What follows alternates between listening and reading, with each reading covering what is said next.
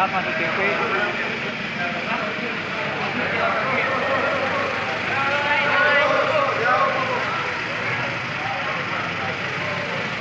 Nah, terus.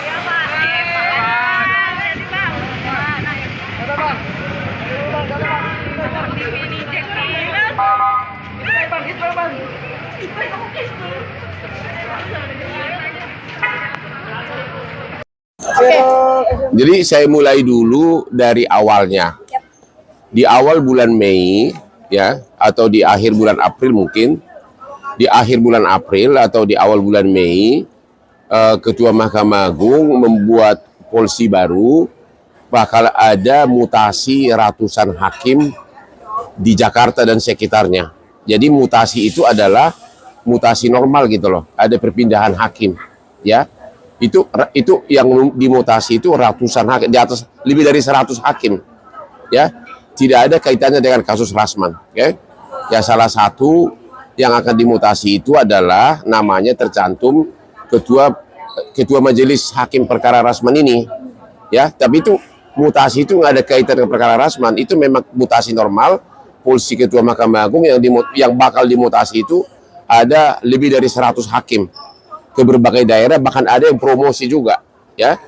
Ya mungkin ya si Rasman mengetahui itu, dan mungkin dia berharap, ya, kalau nanti ketua majelis yang baru, ya, mungkin dia berharap ya bakal menguntungkan dari segi putusan, karena ketua majelis yang baru kan tidak tahu substansi perkaranya, karena pemeriksaan saksi segala macam bukti-bukti kan ketua majelis yang baru di bulan Juni kan tidak ikut. Itu mungkin kita nggak tahu apa di otaknya dia, apa yang di otaknya dia. Tapi ya orang bisa menduga-duga lah, ya, karena tanggal 6 dia tiba-tiba, sebelumnya dia berapi-api, sebelum tanggal 6 dia berapi-api sebagai jubirnya salah satu ormas, dia di mana dia begitu sehat walafiat. Tahu-tahu sidang tanggal 6, ya kan, dia sakit. Demikian juga tanggal 15 Mei juga sakit. Nah, kemudian tanggal 22, ya, sidang, tiba-tiba baru satu ahli diperiksa, tiba-tiba dia mengaku sakit lagi. Padahal tanggal 20 sebelumnya dia bikin konferensi pers kan? Tanggal 21 Mei dia konferensi pers. Ya, berapi-api dengan semangatnya gitulah. Tapi tanggal 22 besoknya pada saat disidang dia bilang sakit. Jadi Anda tebak sendiri apalah, ya. Anda silahkan simpulkan sendiri kira-kira strategi apa yang akan ditempuh, ya. Kita hanya menduga-duga, yang tahu hanya dia dan Tuhan yang tahu, tapi hakim juga tahu apa, hakim dan jaksa tahu apa yang diisi otak dia, ya. Yang kedua, waktu sidang tanggal 22 itu, tanggal 22 Mei, jaksa sudah siap-siap udah bawa dokter. Itu dokter resmi dari yang ditunjuk oleh kejaksaan, dokter dari kejaksaan. Dokternya sudah menyatakan bahwa dia sehat, ya. Orang dia selama sidang berapi-api dengan semangat, nggak ada bedanya dengan sidang sebelumnya. Tiba-tiba dia ngotot terus mengatakan dia sakit. Ya, akhirnya hakimnya cukup netral, oke, buktikan kau sakit. Cuma kan menurut prosedur pengadilan kan yang berhak memeriksa itu kan harus rumah sakit pemerintah. Nggak bisa misalnya klinik-klinik kecil atau apapun swasta. Makanya dokter menyatakan, memerintahkan kepada jaksa untuk membawa ke rumah sakit pemerintah. Tentu untuk membawa ke sana, jaksa juga harus bertindak sesuai dengan prosedur formal, yaitu harus membawa ambulans yang adalah ambulans dari rumah sakit pemerintah. Nggak boleh dari klinik-klinik mana gitu loh. Jadi itu jaksa telah bekerja dengan baik, melaksanakan sesuai dengan prosedur aturan yang berlaku, yaitu agar dia diperiksa resmi oleh dokter dari rumah sakit pemerintah dan ambulans oleh pemerintah. Tua. Cuma kan dia ngotot pakai mobil pribadi. Terus dia juga teriak-teriak, kita kemana? Jadi begitu sidang ditunda tanggal 22, dia sehat walafiat banget gitu loh. Jadi Anda lah yang menilai arah kemana dia, ya. Bang, ada indikasi mengulur waktu sampai si majelis hakim ini? Ya Anda simpulkan sendiri, Anda udah tahu lah, simpulkan sendiri. Yang Anda jaksa juga udah tahu, hakim juga udah tahu. Emang mereka itu kan orang-orang pintar semuanya, ya. Udah tahu lah, ya. Jadi itu tadi, ya dia berharap bahwa bulan Juni ini kan ada mutasi. Ya belum tentu ketua majelis hakim ini dimutasi karena ada besar kemungkinan untuk hakim-hakim yang sudah mengadili perkara, sudah mencapai taraf akhir, ada kemungkinan akan diminta putus dulu perkara itu baru mutasi. Jadi di situ dia akan ya kita lihat aja nanti, ya. Tapi ya, nah, terus apa lagi? Bang, apakah ini menurut abang ya dia mengikuti strategi abang ya? Kalau abang kan bukan emang benar sakit ya. Abang Kalau gua kan tidak mungkin, kalau gua kan memang tidak mungkin saya memperlambat sidang. Memang gua yang lapor. Ya kan enggak lah. Kalau gua kan benar-benar pakai pesawat jet pribadi bawa ke Singapura, bayar besar-besaran di ronsen habis 3 malam. Saya waktu itu 3 malam mau name di rumah sakit di Kelapa Gading, tensinya sudah 90/40 gara-gara ada infeksi, kemudian dibawa pagi-pagi naik pesawat ke Singapura dan sudah sembuh. Itu dan nggak mungkin ada kaitannya dengan memperlambat sidang. Orang gua pengen cepat-cepat dia divonis. Bang, Ya. jadi kayak kebalik nih Bang, dulu abang sakit di sini diledek-ledekin, sekarang gantian nih. Kalau aku kan sakitnya orang kaya gitu loh. Kalau yang itu sakitnya beda, Bang. Ya mana ada vertigo sampai berbulan sampai tanggal 6, tanggal 6, tanggal 15, kan tanggal 22 berapa hari itu?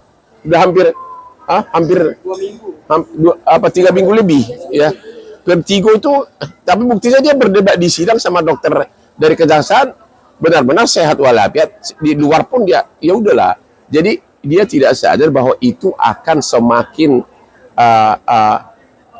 masyarakat tahu tentang siapa dia gitu loh. Itu akan semakin menghambat dia punya karir. Kalau dia memang jantan konsekuen, ya udah hadapin aja sidangnya. Selesai kan? Ekspresi abang ketika melihat Rasman dibawa ke ambulan apa Bang? Ketawa saya. Jadi kemana kita? Ke rumah sakit, mobil apa? Dia tengah itu yang di sampingnya itu kan yang dia kan mau naik mobil pribadi, tapi kan dia tengah yang warna hitam itu seluruh bajunya itu kan dari tim kejaksaan. Itu yang tidak boleh, harus mobil ya. Terus sudah dikasih mobil ambulans, saya mau duduk di depan. Mana ada orang sakit minta duduk di depan.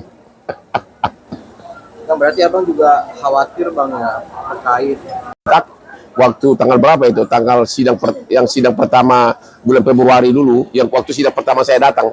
Kalau nggak salah sekitar tanggal 6 Februari itu, di mana saya hadir sebagai saksi pelapor. Itu kan yang dia ngomong sama koruptor katanya. Tapi dia tidak tahu bahwa tindakan dia yang teriak-teriak menunjuk hakim koruptor itu melukai seluruh hakim. Jadi kalaupun nanti ada hakim yang baru, belum tentu akan memberikan putusan yang menguntungkan dia. Kan yang dilihat kan substansi perkara gitu loh. Tapi bagi saya orang kan nanya kenapa belum ditahan. Yang berperkara kan bukan aku. Yang berperkara itu kan jaksa atas nama negara. Saya kan hanya melaporkan. Bagi saya dengan dia dibekukan izinnya, itu sudah hukuman terberat. Itu sudah. Coba klien mana yang mau datang lagi? Ya, coba itu hukuman terberat. Aku sudah cukup puas itu aja.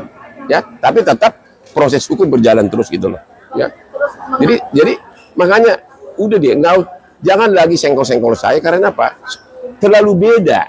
Kamu masih bocah kecil di Padang Sidempuan, aku udah dokter hukum, sudah praktek di Australia dengan kantor pengacara internasional. Jadi nggak ada gunanya untuk menyaingin, orang ketawain.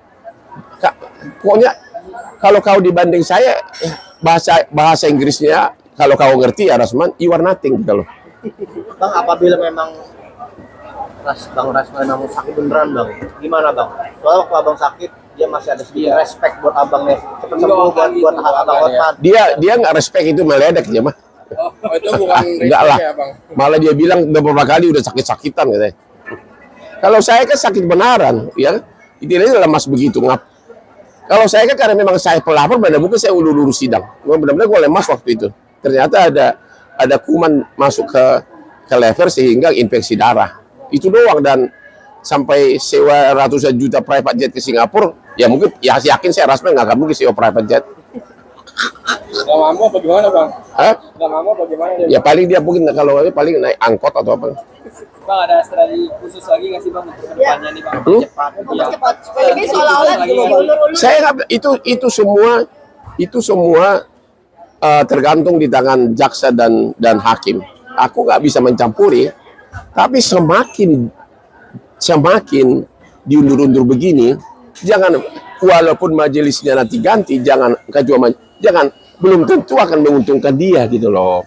Karena ini kan semua orang tahu, seluruh hakim seluruh Indonesia tahu, termasuk yang sakit berkali-kali ini semua orang juga tahu, ya semua tahu. Jadi bisa-bisa malah makin parah nanti, itu loh. Bang, sempat Rasman kemarin bilang ke media, katanya abang hitam gitu. Apa? Abang hitam katanya kata Hitam kumal. Rasman. Iya. Apa? Disebut hitam kumal. Disebut hitam kumal sama Rasman Hitam bang. kumal gitu. Memang hitam ganteng. Ya, saya banyak hitam karena saya memang sering, waktu itu kan belum pakai skincare. Jadi sering karena uangnya kebanyakan, jadi sering bersantai, berpesta-pesta di pantai Bali. Gitu loh. Jadi ya itu sama dengan orang-orang bule kan berusaha hitam kumal kan, bukannya hitam kumal, itu hitam orang kaya. Eksotis ya bang? Eksotis Ya, ya? apa? Bukan, karena saya waktu itu kan belum terbiasa pakai skincare. Sementara hampir tiap bulan kita dansa di Bali, walaupun waktu itu kita belum punya klub. Saya ke Bali itu saya kan udah sukses dari pengacara sejak 20 tahun lalu. Dari dulu, apalagi waktu sama mulanya biasa saja. Iya, sama artis cantik itu hampir tiap bulan kita ke Bali. Emang iya kok. Jadi memang di Bali itu kan memang panas. Jadi itu saya itu hitam karena kebanyakan uang. Dihambur-hamburkan di Bali waktu itu karena terlalu sukses, ya. Ya, gitu loh. Berarti nggak tersinggung bang dikatain hitam. Hitam itu kan ada yang ganteng. Coba sekarang itu makin hitam. Siapa artis Hollywood yang naik apa, dia tidak pakai stuntman, siapa tuh? Tom Cruise. Dia makin hitam sekarang gara-gara dia 6 kali dia disengat matahari untuk terjun naik motor dari pesawat, ya. Orang-orang bule di Bali sana malah berlomba hitam, ya. Celah, malah waktu itu untuk orang bule, waktu itu saya sampai dekat sama cewek bule gara-gara dianggap ganteng. Oke, bang, ini kan karya Rasman. Kalau iklim hakim sendiri seperti apa bang? Kalau Iklimah udah jelas jerah. Dia mengatakan bahwa saya sebenarnya tidak tahu, semua itu dalam berbagai infotainment pun dia bilang itu semua diatur skenario oleh Rasman waktu konferensi pers dulu. Saya nggak pernah memfitnah Hotman katanya. Dia sudah jelas-jelas menyerah. Saya tidak pernah menyuruh dia untuk mengatakan Hotman itu kelainan seks. Saya tidak pernah menyuruh si Rasman untuk mengatakan bahwa Hotman, kan dia bilang salah satu kan Hotman melampiaskan birahi dengan seluruh aspri, iya kan? Si Iklimah itu semua dari dia katanya, karena waktu itu kan motif utama kan dia dendam sama aku gara-gara dia dipecat sama Richard Lee. Sesudah dia dipecat, nggak lama sesudah itu Richard Lee